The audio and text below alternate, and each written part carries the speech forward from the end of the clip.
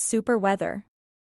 We have a first alert day in place for tonight and also for your Monday as we track the threat for some thunderstorms here tonight, but mostly because of the dangerous heat. Let's take a look at your current radar. Many of us staying pretty dry. There have been some showers, even a couple spotty thunderstorms that have tried developing here this afternoon, especially portions of North Iowa. They did see closer to the I-35 region of a few thunderstorms trying to strengthen, but we have a strong cap overhead, and that is kind of limiting the potential for those thunderstorms to continue to take off. So managing a couple spots that we're watching at this point in time. There is a level 2 out of a level 5 severe threat over southern Minnesota and northern Iowa, and this is due to that conditional threat, due to that strong capping that we have in place.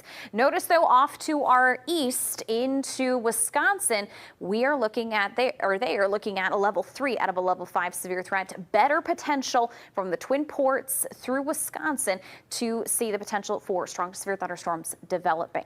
Now, if we can see those storms break through that cap, we will be looking at wind as our primary threats with gusts upwards of 50 to 70 miles per hour, quarter to maybe ping pong size hail. So some large hail in the mix as well. Tornadic threat is low, but not entirely zero. And again, this is if we can see that cap be eroded and we can get those thunderstorms to go.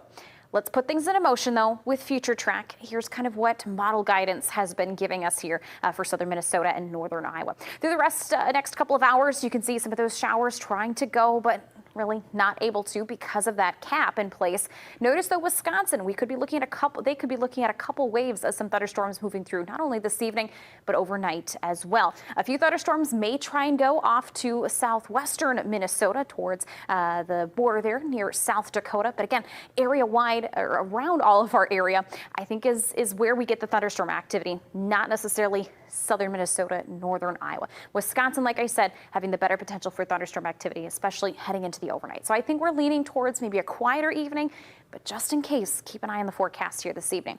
Heat-related headlines remaining in place tonight and into tomorrow. Heat index values by tomorrow afternoon nearing those triple-digit marks here for many of us. Some spots maybe upwards from about 95 to 105 is kind of where that range is. 10-day forecast here for Mankato. We're looking at some hot conditions through the midweek. Temperatures remaining very summer-like, of course, continuing into next week as well. We continue with that first alert day for the Rochester area here tomorrow on your Monday. Temps kind of dialing back slightly as we look towards the end of the week. Maybe a few stray storms possible there by Friday. Let's look at your first alert weather. We'll be right back. Don't forget your umbrella.